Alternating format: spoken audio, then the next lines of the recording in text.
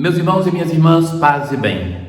Jesus, ele é apresentado na carta aos Hebreus não somente como sumo sacerdote, mas é apresentado também como a vítima. Ele oferece a si mesmo uma única vez pela nossa salvação. Diferentemente dos sumos sacerdotes, que tinham que repetir muitas vezes o mesmo sacrifício, que oferecia o sangue de um animal e não o próprio, e que tinha que oferecer o sacrifício pelos próprios pecados e pelo pecado do povo. Jesus, ele sendo o santo, o sacerdote que nós necessitávamos, santo, ele se oferece uma só vez pela nossa salvação. Mas é preciso que nós o aceitemos.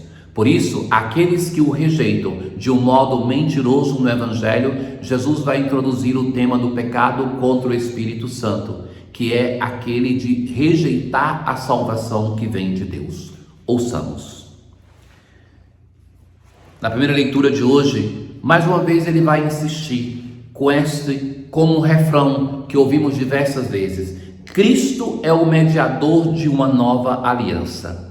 Pela sua morte, ele reparou as transgressões cometidas no decorrer da primeira aliança. A primeira aliança, ela é falida, porque o ser humano não foi fiel.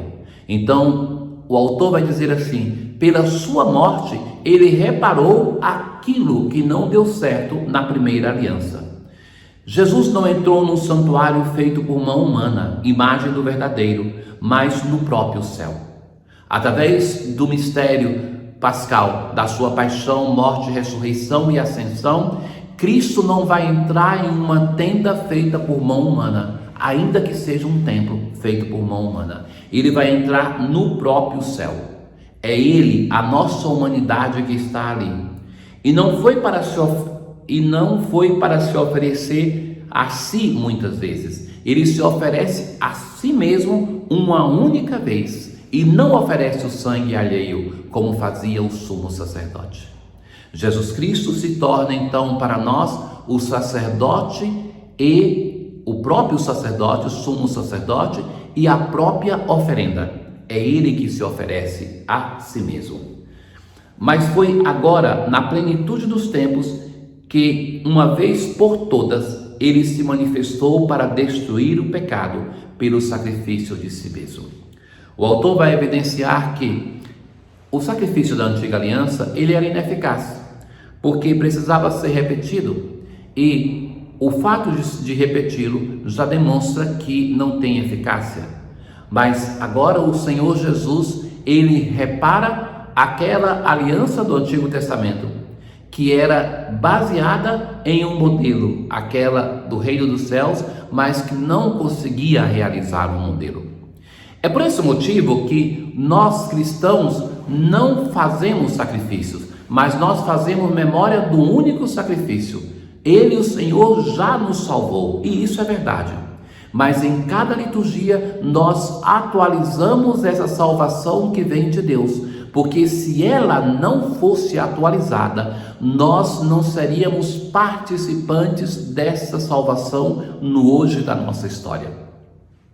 Somos nós que precisamos dos gestos rituais, da liturgia da igreja, que ao longo da nossa vida, da nossa história, nos torna participantes da história da salvação. O autor continua e vai dizer assim: Cristo, oferecido uma vez por todas para tirar os pecados da multidão, aparecerá uma segunda vez, fora do pecado, para salvar aqueles que o esperam. Ele vai voltar, ele vai se manifestar e vai nos trazer a sua salvação. No salmo de hoje, cantai ao Senhor Deus um canto novo, porque ele fez prodígios.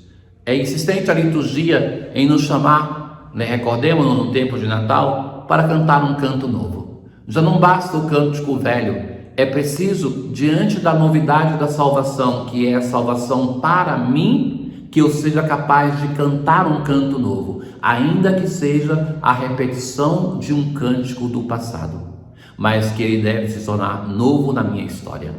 A importância de rezar com os salmos é esta, porque na medida que nós vamos rezando com o salmo, com a palavra de Deus, nós vamos aprendendo como rezar. Atenção, irmãos, Nenhum de nós está fundando uma igreja. Nós temos uma tradição de milênios, de uma comunidade orante, e que devemos aprender com essa comunidade orante a rezar. O caminho mais adequado para a oração é aquele de, através da Léxio Divina, fazer com que a palavra de Deus entre no meu coração, na minha vida, e que produza frutos. O Senhor fez conhecer a salvação e as nações sua justiça. Aclamai o Senhor Deus, ó terra inteira, alegrai-vos e exultai, cantai salmos ao Senhor. Na aclamação ao Evangelho de hoje, Jesus Cristo Salvador destruiu o mal e a morte, fez brilhar pelo Evangelho a luz e a vida imperecíveis. Os mestres da lei, aqueles que conheciam a Bíblia, eles vêm de Jerusalém e eles diziam sobre Jesus: estava possuído por Beelzebul, e que pelo príncipe dos demônios ele expulsava os demônios. Então, que Jesus estava possuído e porque era um possesso, ele expulsava os demônios. Não tem nenhuma lógica, não tem nenhum fundamento.